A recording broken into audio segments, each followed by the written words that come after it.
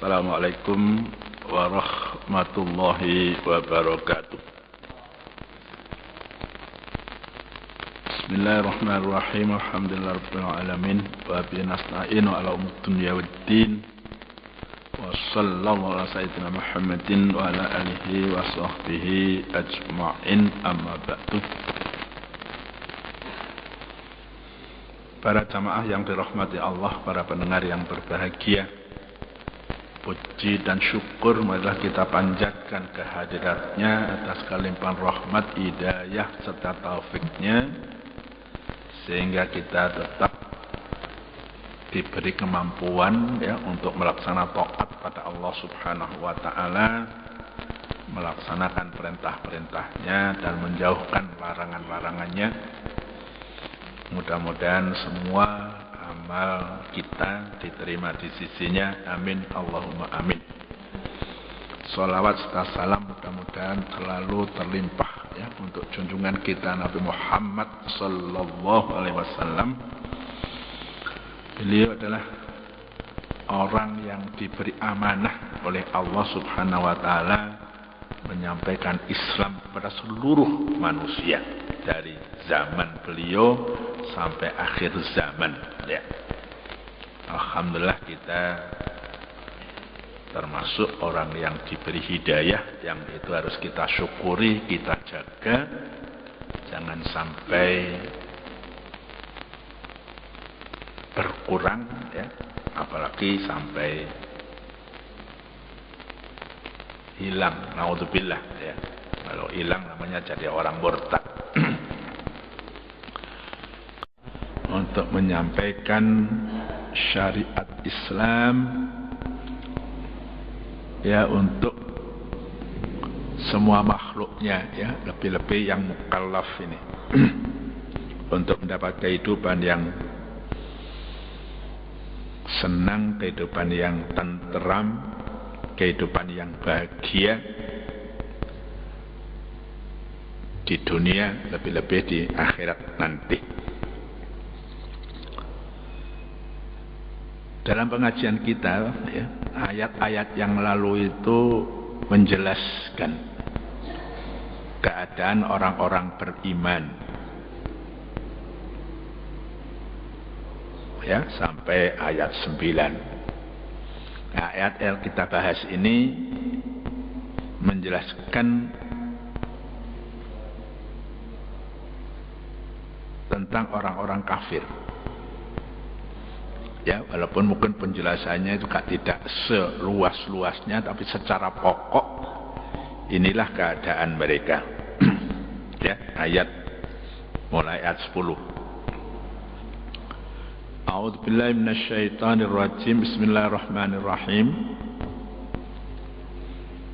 Innal ladzina kafaru yunadawna lamaqtullahi akbaru min maqtikum anfusakum id tud'auna ilal imani fatakfurun.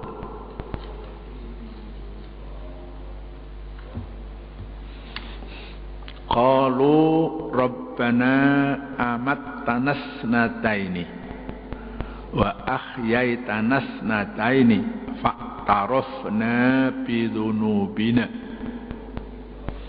fahal ila khurujim min sabil.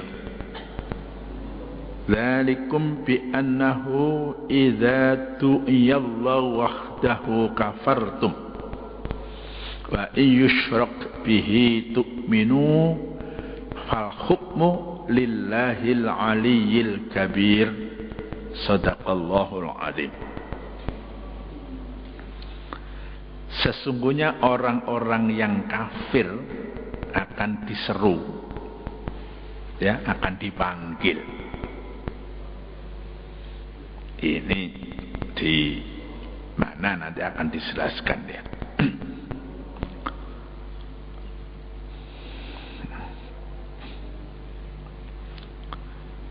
Sesungguhnya kebencian Allah lebih besar daripada kebencian kamu terhadap diri kamu. La maqtullahi akbaru mim maqtikum anfusakum.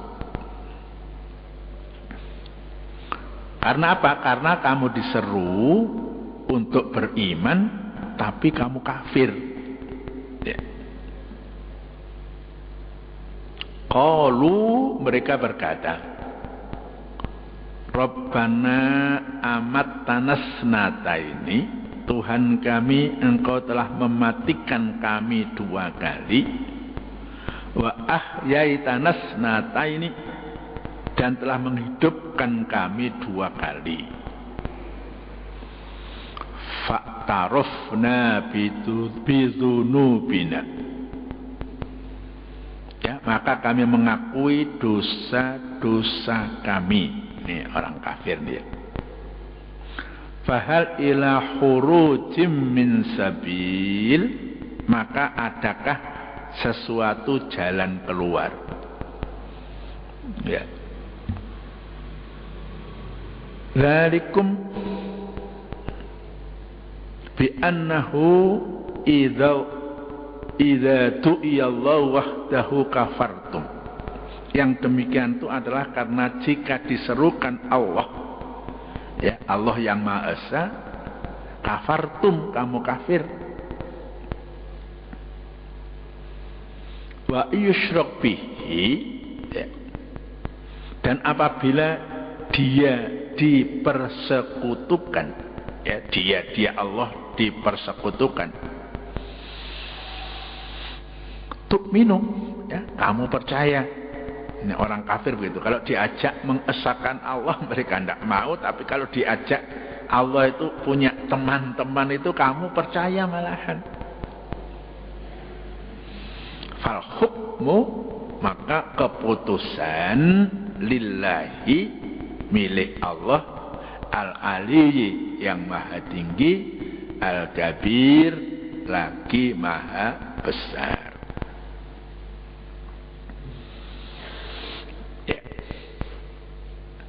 Apa itu maksudnya? La maqtullahi akbaru mim maqtikum anfusakum.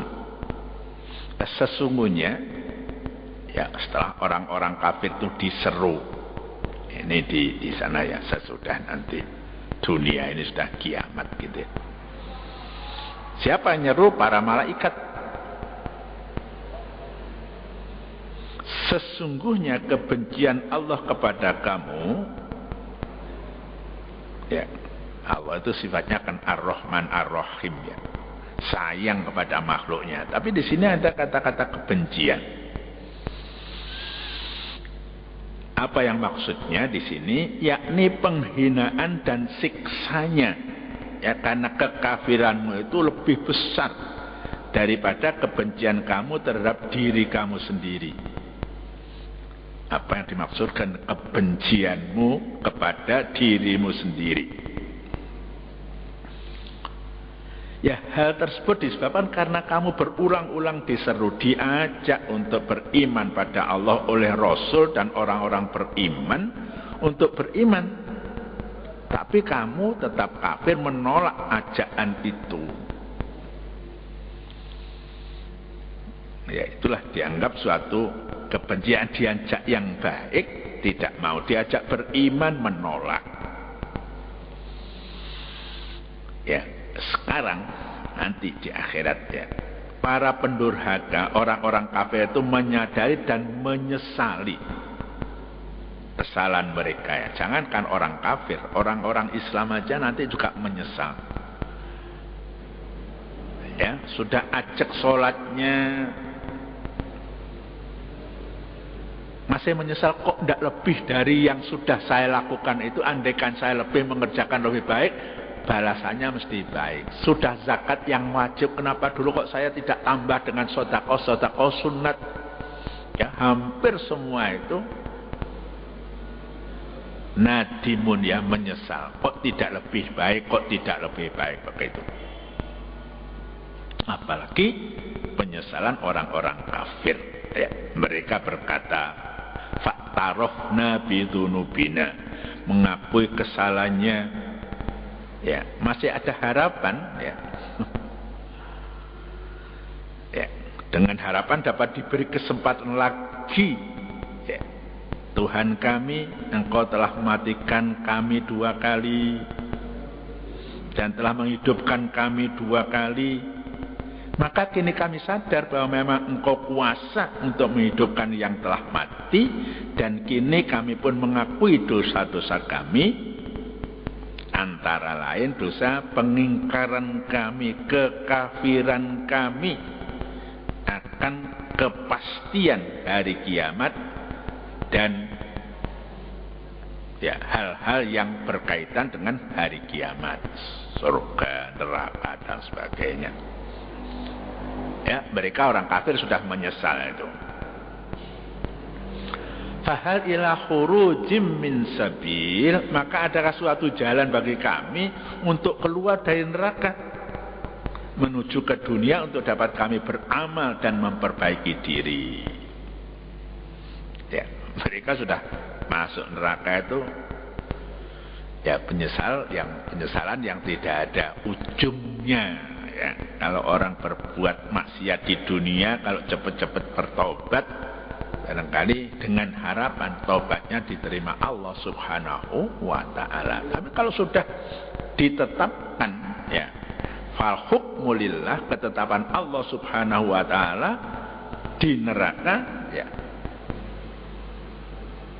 mereka menyesal. Ya, walaupun bagi orang-orang mukmin yang karena maksiatnya banyak, dosanya banyak, itu bisa masuk neraka, tapi akhirnya mereka itu bisa karena syafaat Rasul bisa keluar dari neraka. Ya, kalau neraka namanya jahanam, ya mantan penghuni jahanam itu namanya jahannamiyun. Ya. Jadi orang selain neraka jahanam, tapi karena syafaat Rasul, ini mantan penghuni jahanam itu disebut jahannamiyun. Orang-orang yang dulu penghuni neraka jahanam. Ya ketika mereka ingin keluar dari neraka, ingin kembali dunia, memperbaiki diri, ya, mereka mendengar jawaban tidak. Ya. Ya. Artinya tidak ada jalan keluar lagi. Yang demikian itu yakni siksa yang dijatuhkan pada kamu adalah karena jika diserukan Allah saja, ya, kamu diajak mengesahkan Allah, yang hendaknya itu kamu sembah, kamu patuhi, kamu kafir, yakni menolak ajakan itu. Dan sebaliknya, apabila dia Allah Subhanahu wa ta'ala dipersekutukan dengan sesuatu, ya, apakah yang orang-orang menganggap keselamatan dari Nyai Roro Kidul misalnya, atau dengan yang lain-lain, kamu kok percaya? Ya, padahal yang beri hidup mati, keselamatan, ujian adalah Allah Subhanahu wa ta'ala. Fal hukmu lillahil aliyil kabir, maka putusan sekarang ini adalah hanya milik Allah. Ya, lillahil amru jami'an, semua urusan pada saat kiamat hanya milik Allah. Yang lain-lain tidak punya apa-apa. Yaitu Allah yang diberi sifat al-aliyu, yang maha tinggi, al-kabir, yang maha besar. Ya, inilah sekelumit keadaan orang-orang kafir setelah hari kiamat. Kalimah maqt, ya, mim, qaf, ta, digunakan dalam arti kebencian yang luar biasa terhadap siapa yang melakukan kejahatan. Ya, kalau di dunia barangkali orang bisa berbuat sadis gitu ya. Orang merampok, memperkosa, kemudian membunuh. Ini barangkali keluarganya itu sudah habis-habisan benci pada pelaku begitu. Kalau pengadilan kadang-kadang memberi putusan ringan, itu biasanya keluarga itu berontak gitu ya.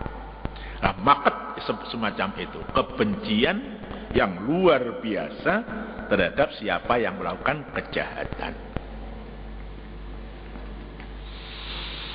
Ya, firman Allah, ya, mimmaqtikum anfusakum, apa artinya itu? Ya serupa dengan ucapan dia memusuhi dirinya sendiri. Kita ini kan kadang-kadang nggak sadar ya. Diperintah sholat nggak ngelakoni sholat itu sebenarnya memusuhi diri kita sendiri. Ya. Dilarang minum khamr, kok minum miras, namanya diganti ya, khamr jadi minuman keras. Itu Nabi sudah mengatakan nanti di akhir zaman itu orang itu ya memberi nama khamr itu macam-macam, tapi hakikatnya sesuatu yang memabukkan.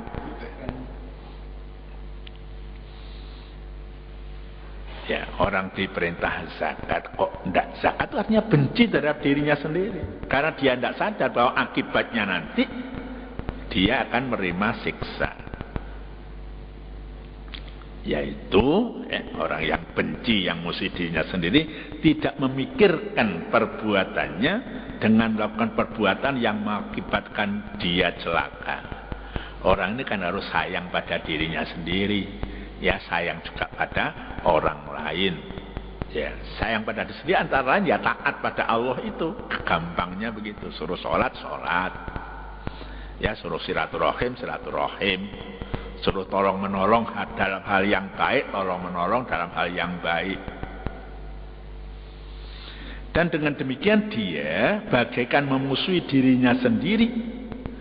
Apa yang dilakukannya terhadap dirinya serupa dengan perlakuan seseorang pada musuhnya. Ya, orang melanggar larangan Allah padha karo musuh awake dhewe. Ya, orang tidak melakukan perintah Allah juga sama saja. Ya, mereka bahkan membenci dirinya sendiri yang telah menolak ajakan Rasul. Ya, di zaman Nabi juga begitu, zaman sekarang kan sama saja. Ya. Ajaran Rasul itu kan disampaikan terus melalui para sahabat, tabi'in, para ulama-ulama. Itu tetap saja disampaikan.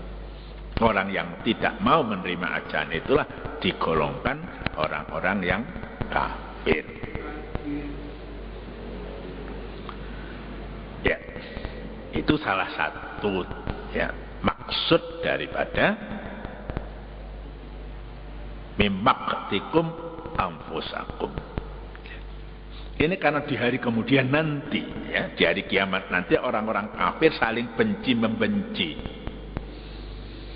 Ya, berbeda dengan orang-orang mukmin yang hidup harmonis. Kalau sudah di surga, saling berkunjung, tidak ada kata-kata yang tidak enak, semua itu kata-kata yang menyenangkan, menyejukkan, gitu ya. Ya, itu salah satu maksud ya. Ada yang memahami ya, ayat ini dalam pengertian begini. Sesungguhnya kebencian Allah kepada kamu sewaktu kamu hidup di dunia ketika kamu diajak beriman tapi menolak. Kebencian Allah ketika itu lebih besar daripada kebencian kamu terhadap diri kamu sekarang ini di akhirat. Kebencian yang diakibatkan oleh penolakan kamu itu. Ya, jadi siksa di akhirat ini ya sudahlah, kekafiran itu kan tempatnya sudah innalladzina kafaru itu mesti di neraka gitu ya. Sekarang sedikit penjelasan ya.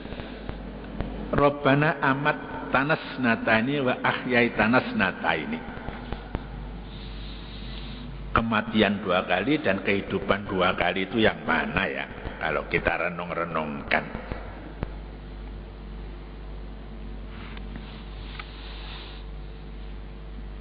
Ya, ada yang berpendapat ya kematian 2 kali. Kematian pertama dalam kehidupan dunia. Seperti Gus Dur. Al-Maghfur lah. Ya. Itu mati di dunia, mati pertama. Dan kematian kedua di alam barzah. Kan waktu dikubur itu ada pertanyaan kubur kan dibangunkan lagi ya. Kemudian sudah itu mati yang kedua. Ini satu pendapat ya. Kemudian kehidupan yang dua kali itu kehidupan yang bagaimana? Sekarang kita hidup di dunia, kehidupan yang pertama dan kehidupan setelah dibangkitkan dari kubur ya, setelah pentaksiyah pulang orang ini dibangkitkan, itu kebangkitan yang kedua. Ini salah satu pendapat ya. Ya kita kalau percaya semacam itu ya nggak ada salahnya. Itu salah satu ulama Al-Quran, ulama tafsir mengartikan dimatikan dua kali dan hidupkan dua kali. Penafsiran yang lain ada yang memahami kematian pertama adalah dalam perut ibu sebelum adanya ruh. Ya setelah sperma ya dengan sel telur ibu itu jadi satu, terjadi konsepsi, itu mati yang pertama setelah ditiupkan ruh berapa bulan, 4 bulan ya, maka ini kehidupan, ada kehidupan. Dan yang kedua adalah kematian yang dialami di pentas bumi seperti tadi ya. Sedangkan kehidupan pertama adalah setelah hembusan roh hidup di dalam perut ibu ya, mulai bulan ke-5 sampai bulan ke-9 ya. Dan kehidupan kedua setelah kebangkitan dari kubur ya. Pendapat ini ya banyak juga penganutnya, yaitu antara lain mufasir modern Ibnu Asyur. Nah sekarang pertanyaannya, bagaimana kehidupan di alam barzakh? Ya, orang sudah mati mulai Nabi Adam sampai yang detik kemarin sudah dikubur mati, itu gimana? Itu kan alamnya alam barzakh. Ya. Ibnu Asyur menjawab, ya, kehidupan itu tidak disebut, boleh jadi karena kehidupan itu sangat singkat, sekedar untuk menjawab pertanyaan para malaikat, atau karena itu hanya kehidupan bagi sebagian jasad. Ya. Ini penjelasan tentang hidup dua kali, dihidupkan dua kali dan dimatikan dua kali. Yang lain bagaimana memahami itu? Ya, ada yang memahami kematian pertama adalah ketiadaan di pentas bumi. Ya, kalau seseorang mati karena matinya macam-macam, karena sakit, karena kecelakaan, karena kobong. Sedang kehidupan pertama adalah keberadaan hidup di permukaan bumi. Ya. Kematian kedua adalah dengan tercabutnya nyawa sehingga manusia meninggal dunia, dan kehidupan kedua adalah kehidupan di alam barzakh. Ini kalau kita hubung-hubungkan ya, dengan ayat yang lain dalam surat Baqarah ayat 28.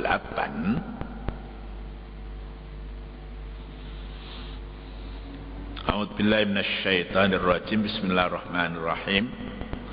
Kaifa takfuruna billahi wa kuntum amwatan fa ahyakum summa yumitukum summa yuhyikum summa ilaihi turja'un. Bagaimana kamu terus menerus kafir pada Allah? Kenapa terus menerus? Karena pakai fi'il mudhari' ya, takfuruna ya, sekarang dan yang datang. Bagaimana kamu terus tidak percaya, terus kafir? Wa kuntum amwatan ya, padahal kamu tadinya mati. Fa ahyakum, lalu Allah menghidupkan kamu. Summa yumitukum, kemudian dia Allah mematikan kamu.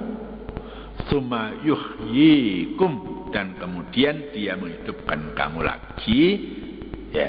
Summa ilaihi turja'un, kemudian kepadanya lah kamu dikembalikan. Ya, kita tidak tahu bagaimana hakikat kehidupan di alam barzakh. Ya, namun keberadaan sangat sulit ditampik karena sekian banyak ayat dan hadis membicarakannya. Ya, ya kita nggak tahu. Tapi menurut penjelasan fasir ini ya, kehidupan ini makin lama waktunya itu ya dalam alam rahim ibu kita 9 bulan.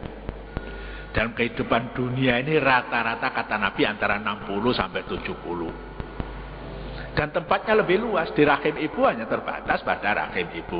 Dunia ini terbentang. Walaupun planet bumi juga terbatas. Ya, yang orang sekarang ini bingung karena pemanasan global.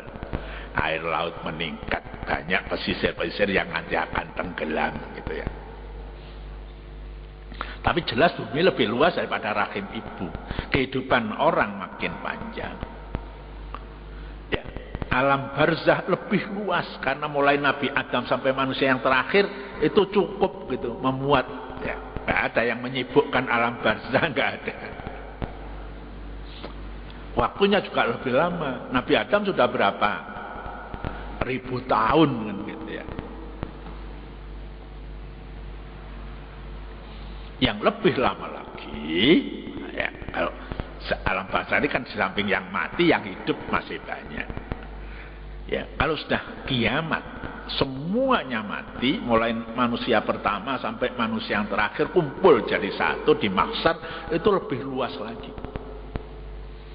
Ya, kemudian ditetapkan imam masuk surga, imam masuk neraka, itu khalidina fiha. Ya, lebih lama lagi ya. Jadi kalau 4 kehidupan itu modelnya begitu ya. Waktunya singkat, ruangnya sempit. Makin lama, waktunya lebih lama, ruangnya lebih luas. Ya, salah satu dari sekian banyak hadis yang dapat menguatkan adanya kehidupan di alam barzah serta kenikmatan dan siksa di alam itu adalah hadis yang menyatakan suatu ketika Rasul melewati salah satu tembok kuburan ya, di tembok-tembok kota Madinah, dan beliau mendengar suara 2 orang yang merintih. Ya, kuburan itu Baqi mulai zaman sebelum Nabi, zaman Nabi sampai sekarang kuburannya ya Baqi itu. Dulu jauh dengan masjid, sekarang ini mepet dengan masjid karena masjidnya diperluas. Ya, orang masjid ziarah ke Baqi itu ya sudah cepat saja karena sudah mepet. Rasul bersabda, ya, keduanya ya, orang ini sedang disiksa. Ya, mereka disiksa bukan karena dosa besar. Yang pertama, tidak mencuci bersih bekas kencingnya. Ya, jadi orang kencing karena berhadas dan ada najis itu hendaknya dibersihkan gitu ya. Itu orang yang satu dosanya semacam itu. Yang kedua ya, orang yang suka berjalan mengedarkan isu yang memecah belah, an-namimah. Ya, ayo demo ya, Bang Sencuri misalnya. Macam-macam orang ngajak gitu ya. Ini termasuk namimah atau tidak? Ya, itu tergantung orangnya yang menilai. Ya. Kalau niatnya mencari kebenaran mungkin tidak. Kalau niatnya menggoyang-goyang pemerintah bisa juga namanya namimah gitu ya. Ya. Itu Nabi mendengar rintian kemudian bersabda semacam itu. Kemudian beliau meminta diambilkan dahan pohon kurma, pelepah kurma ya. Pelepah kurma itu kan hampir seperti ya pelepah palem-palem yang lain, itu kan jenis palem. Ya, kalau dibanding kelapa mungkin lebih kecil pelepahnya. Ya, dibanding palem raja itu juga palem di mana? Jalan Ijen dan lain itu lebih kecil ya. Tapi juga palem-palem di rumah tangga itu mungkin ada yang lebih besar dari itu. Ya, lalu beliau belah ya, masing-masing diletakkan di atas kubur ya, dibelah, yang satu pada kubur orang yang tidak bersihkan air kencingnya, yang satu diletakkan di atas kubur orang yang suka ini bawa kabar-kabar yang tidak benar, yang mengadu domba ya. Beliau ditanya mengapa melakukan itu Ya, sahabat yang mendampingi beliau bertanya, Rasul menjawab, semoga itu ya pelepah kurma ya, meringankan siksa buat mereka selama dahan itu belum kering. Ya karena makhluk-makhluk Allah semua kan bertasbih. Ya semua bertasbih, beringin bertasbih. Yang lain-lain itu bertasbih, kelapa bertasbih. Ya. Padi bertasbih, apel bertasbih. Ya, ini hadis ini diriwayatkan oleh Imam Bukhari dan Imam Muslim melalui sahabat Ibnu Abbas radhiyallahu anhu.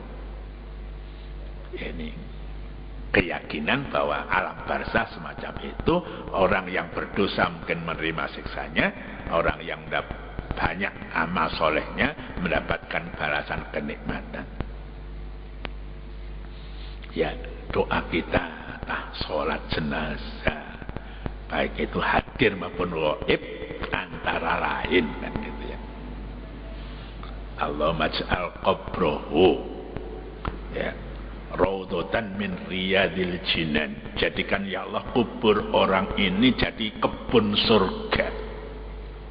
Wala taj'alhu khufratan min khufarin niron. Jangan dijadikan kubur orang ini seperti guanya neraka. Antara lain isi doa kan semacam itu. Ya, jadi ini kondisi orang kafir. Ya, saya tambah sedikit beberapa kalimat yang mungkin perlu penjelasan. Di akhir tadi kan semua itu ketetapan Allah subhanahu wa ta'ala. Allah punya sifat Al-Ali dan Al-Kabir. Al-Ali artinya yang maha tinggi. Ya, tidak dalam pengertian ketinggian yang bersifat material atau berada pada satu tempat. Tidak begitu ya. Ya. Di Dubai akan diresmikan atau sudah diresmikan tadi malam gedung yang tingginya 800 meter gitu. Itu kan tanda-tanda kiamat kan begitu. Ya, Gunung Semeru tingginya 3676 ya, 3676 meter. Ya, mudah-mudahan itu nggak berubah. Ya, saya kecil belajarnya menghafalkan Gunung Semeru itu 3676. Mount Everest di India sana itu di atas 8000 meter. Ya ada saja orang yang mendaki ke gunung. Di Afrika ada gunung tinggi namanya Kilimanjaro. Ya, mungkin di Tanzania atau di negara mana itu. Jadi tingginya Allah bukan tinggi semacam itu. Ya, tingginya bukan semacam itu.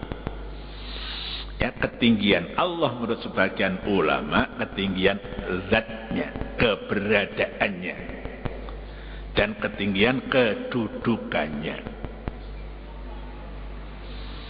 Ketinggian kedudukannya adalah kesempurnaan yang pasti ya, oleh sifat-sifat yang baik dalam Al-Asma'ul Husna. Ya, adapun ketinggiannya dari segi zat adalah karena pengetahuan tentang siapa dia tidak terjangkau kecuali olehnya sendiri. Ya. Bila kaifa itu kita bisa mengatakan bagaimana Allah, apa itu dan sebagainya dan sebagainya. Ya, lain dengan yang materi ini kita bisa pelajari.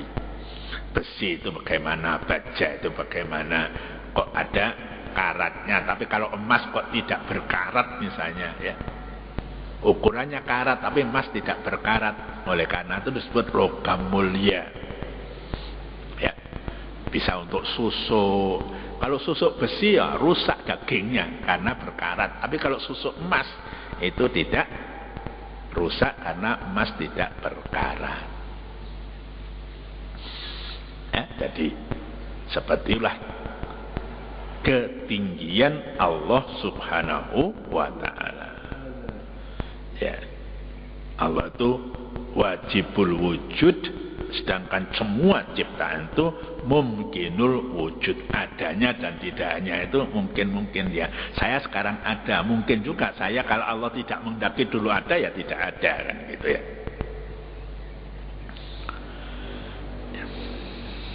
Ya. Allah itu jelas ya, kuasa Allah itu kuat ya.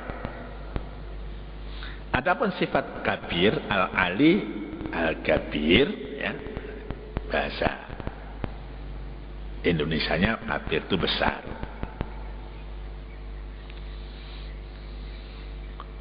Ya.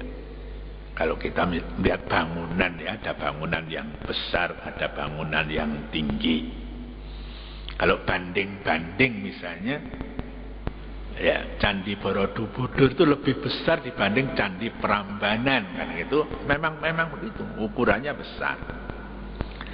Al-Kabir bagi Allah Subhanahu wa taala ya, sementara ulama berpendapat kebesaran adalah keagungan dan kekuasaan. Ya. Idza arada syai'an ayyaqul lahu kun fayakun. Kalau mendaki hujan Allah kun hujan. Kalau mendaki terang tidak hujan ya tidak hujan. Itu. Menurut Imam Al-Ghazali ya, kebesaran Allah adalah kesempurnaan zatnya, yakni kesempurnaan wujudnya, ya adanya. Ya. Selanjutnya karena kesempurnaan wujud ditandai oleh dua hal, yaitu keabadian. Ya, Allah itu tidak didahului oleh waktu. Namanya dalam ilmu tauhid al-qadim, ya al-qadim. Tidak ada awalnya. Kita ini ada awalnya. Ya, masjid ini mungkin kalau anggaplah 10 tahun, 100 tahun, sebelum 100 tahun tidak ada masjid ini. Ya, kalau seorang misalnya almarhum Gus Dur itu lahir tahun 40 bulan September, sebelum bulan September tahun 40 Gus Dur itu belum ada kan gitu. Allah tidak ada akhirnya. Ya. Baki, ya, pokok. Itu tidak ada akhirnya. Semua makhluk ini ada akhirnya. Ya, dalam nyanyian kan ada saat jumpa, ada saat berpisah kan gitu ya. Kita sekarang ketemu, pada suatu saat kita pisah. Kalau Allah menghendaki kita ketemu lagi nanti di surga, insya Allah kan gitu ya. Kalau Allah menghendaki kita bisa ketemu lagi, insya Allah.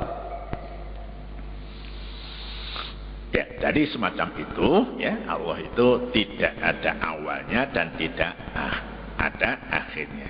Ya, tidak awalnya nama qadim, tidak ada akhirnya al-baqi. Ya. Ya, dari segi sumber wujud, ya sumber dari segala yang ada nih, dia yaitu Allah adalah sumbernya. Karena setiap yang mewujud pasti ada yang memwujudkan. Ya, keberadaan sesuatu mesti ada yang mengadakan. Ya, ini ada minuman, ini mesti ada yang buat minuman gitu ya. Mustahil sesuatu dapat mewujudkan dirinya, sebagaimana mustahil pula ketiadaan yang mewujudkannya. Ya, jadi sifat kabir ini juga mencakup makna ketiadaan kebutuhan, sehingga pada akhirnya tiada yang membesar kecuali Allah. Allah nggak butuh apa-apa, kita ini butuh apa-apa. Lapar butuh makan, haus butuh makan, dingin butuh baju misalnya. Ya, kesepian butuh pasangan. Ya, gitu.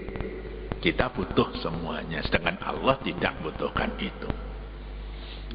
Wujudnya tidak sama dengan yang ada ini. Mukhalafatu lil hawadis. Ya, itulah sekedar sedikit penjelasan tentang penjelasan al-aliyu dan al-kabir. Ya, mudah-mudahan lebih meyakinkan ya, tauhid kita, akidah kita akan keagungan, kekuasaan Allah Subhanahu wa taala, dan kita ini bukan apa-apa di sisinya. Kalau Allah menghendaki kita sehat, kita sehat. Kalau Allah menghendaki sakit, juga kita sakit. Tapi kita nggak boleh mengeluh gitu deh. Ya kita terima sakit itu. Ya, saya kadang-kadang mendengar, lihat televisi itu, Gus Dur itu tiap Senin, Rebo, Jumat itu dicuci darahnya akhir-akhir ini. Tapi nggak pernah mengeluh, saya ini sakit itu nggak pernah. Itu hebatnya ya. Kita ini kadang ngeluh sedikit sudah ya bingung kadang-kadang, sudah ditekan. Teman-temannya sudah diberitahu, aku melaku angel mulane gak nang masjid. Ya, mudah-mudahan kita bisa sabar lah ya, menerima musibah atau ujian dari Allah Subhanahu wa taala. Wallahu muwaffiq ila aqwamit thoriq. Assalamualaikum warahmatullahi wabarakatuh.